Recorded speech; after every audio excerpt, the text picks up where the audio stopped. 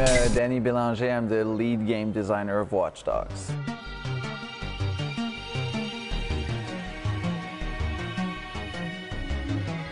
There's two things that really stand out. The hacking. You can actually interact with all these systems and create gameplay. And the interesting thing is you can become good at it. So once you understand how it works and how to affect the AI and how to do it, you know, in all these activities like driving, stealth, combat, you can become a master hacker in a way. And the seamless online experience is really unique because you can be in a, you know, when you're in the city and you're not in a story mission, people can come in your game and you can go in their game. So it's really a continuous, seamless experience online, and we're trying to remove the wall of single player and multiplayer, because normally you have to stop playing. If you want to go to multi from single, you have to stop playing, go through a menu, and we're just kind of, it just continues your experience, and everything you gain, you know, the weapons, the experience points will make you progress in both. So we're trying to just merge these two seamlessly.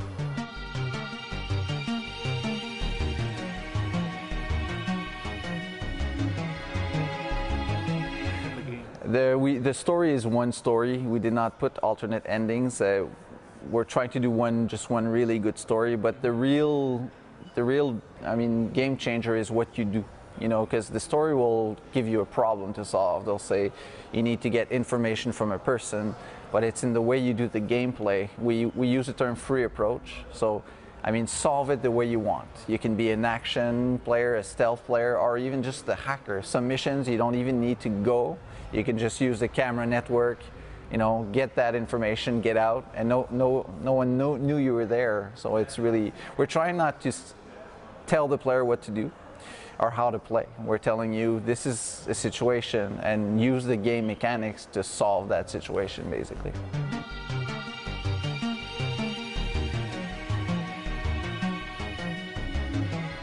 For sure. I mean, there's a lot of different people on the team, and there's a lot of you know, references.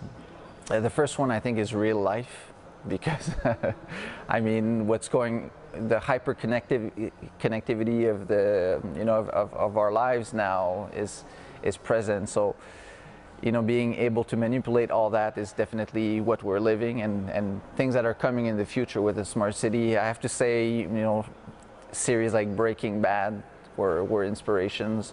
Obviously, like in literature, we found really interesting things.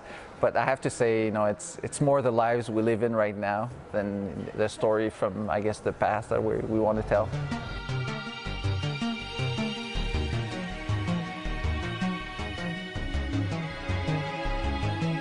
No, that was not our goal. I mean, our goal was to put a spotlight on the risks of technology, but technology can be amazing, but it can be bad. I think we have to ask ourselves the questions where we draw the line as a person, and that's what we're showing. It's the what if, you know, what if you post something on a social network and someone can use that, you know, to do wrong. I mean, that's the what if question.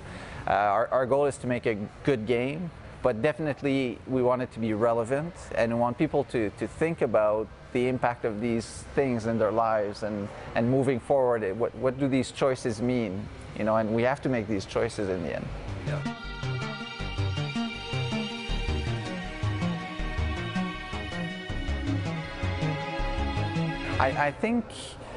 I think it's the lives we live in right now. You know, if I tell you you have a problem, you have to run away, you're a fugitive, what are you going to do? I mean, you're going to use the weapons you find, you're going to use the cars, in our game you're going to use technology. So for me, I mean, no one owns, you know, the lives we live in. Obviously, they started something really strong, and it's a strong brand, but I think, you know, more and more games will try to portray this life we live in, and that's what we're trying to do.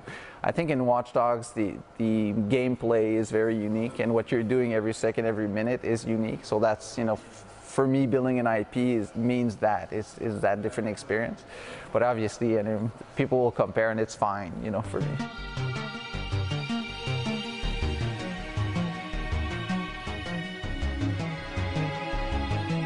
I think it's the core mechanics.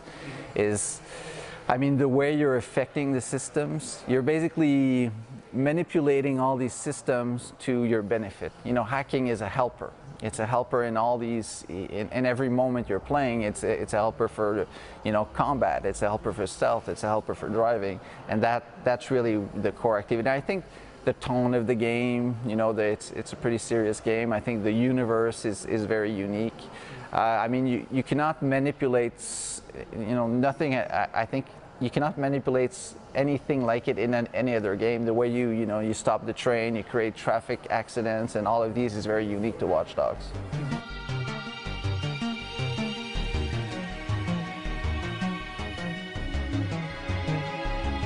I mean, I would love if it continues, but it's in the end it's a player choice. You know, we're working hard on making the first one, and if people enjoy it, then hopefully we'll make more. But it's in the end it's the player decision. You know.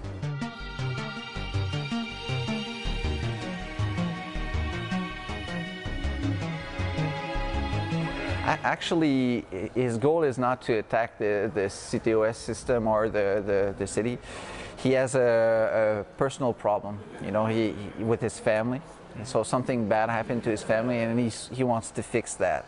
So our angle is really from the human perspective. It's from the character, and through that, he needs to gain control more and more of the city.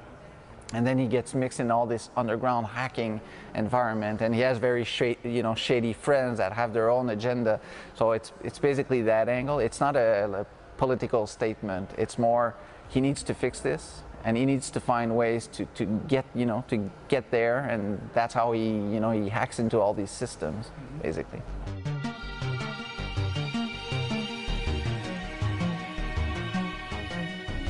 DedSec is more really against the CTOS. You know, they're highlighting a lot of risks in those systems, and Aiden is not part of that group, but he's obviously he has to interact a little bit with these people, or with people in that group. So in order to gain what he wants, he has to be involved with them, but he's not part of DedSec. It's a separate group. They are watchdogs as well in another way, you know.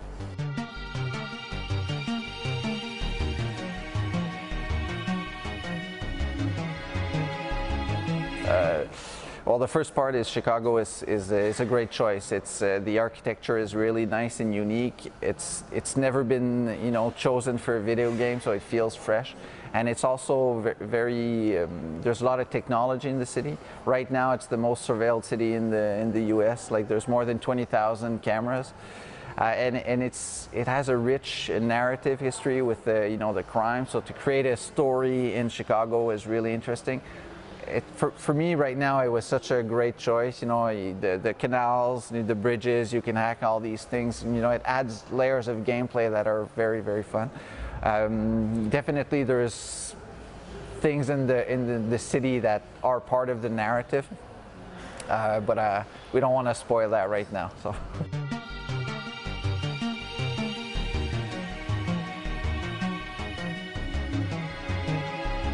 I mean, I don't have all of that information. I think you'll see at least 30, that's for sure, but I don't have the specific information for all the platforms.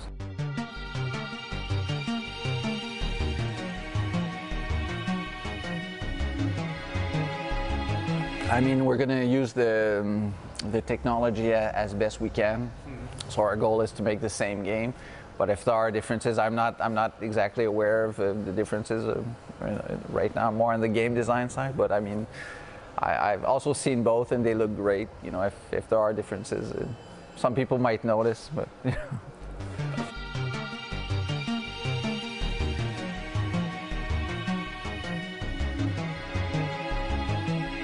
It's a one-on-one. It's basically as you're if you're not in a story mission, so if you're in the city, someone can come in your game, and there's a few things that can happen. They either tail you for information, or they're trying to hack your data.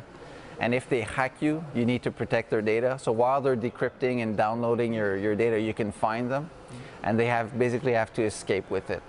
So you can stop them, you know, if you find them basically, and it's a one-on-one, yeah. But we wanted to create a game that was more neutral, like it's some kind of a hide and seek, and if players are interested in that, it can happen more often. If they're less interested, there's a shield that will make it happen less often. So we're trying to also adapt to different types of players. Mm-hmm. Some players like to be, you know, online, play with others. Some players less. So we're trying to make a game that will adapt to people.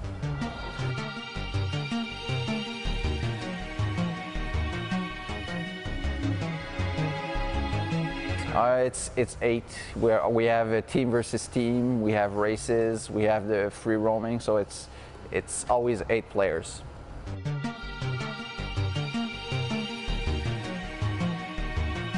It's 4 versus 4 and the team versus team. Yes.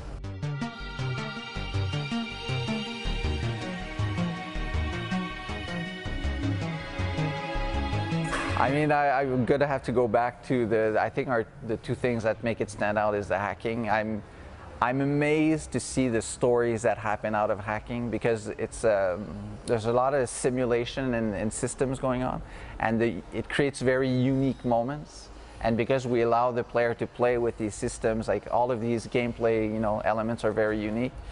I also really enjoy the online. I think it was very challenging to find the right activities, because you know, there's so many different types of players. Some people want a harder game, an easier game. They want to play alone. They want to play with others. They want to compete. They don't want to compete. So it's a real challenge to create a game like this where, well, it's just part of the game, but you have to make those choices. So we're trying to customize, you know, allow the player to customize his own experience. So I think that's a really strong aspect of Watch Dogs, because as a player, you can decide how you play and what type of activity you do in the game.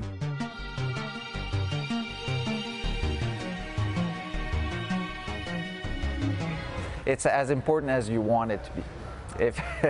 If you're an action player, you can do it. You know, we totally support it. And we're just trying to make hacking support all these players. So if you can hack in combat, but you can hack in stealth, and you know, it really depends on the player.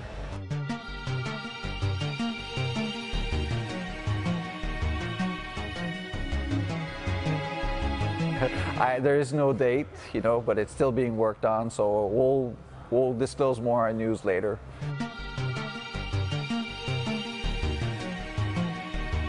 Yeah, it's still in the pipeline. Okay,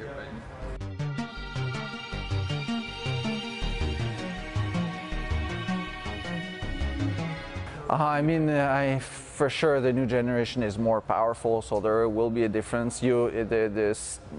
I think the good thing about Watch Dogs is it's a very scalable game, being open world, so we can play with a lot of different levers, like the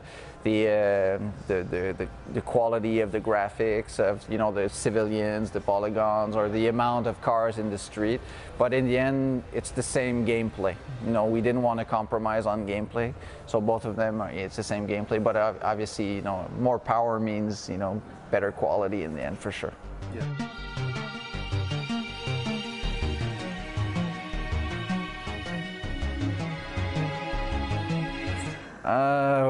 I wasn't directly involved in that choice. I think what stands out about Aiden Pearce is he's a bit gray. You know, he's not a hero. He's not a bad guy, and he did some shady things in his past. And then, as a player, you're making the decisions of his future. You know, so.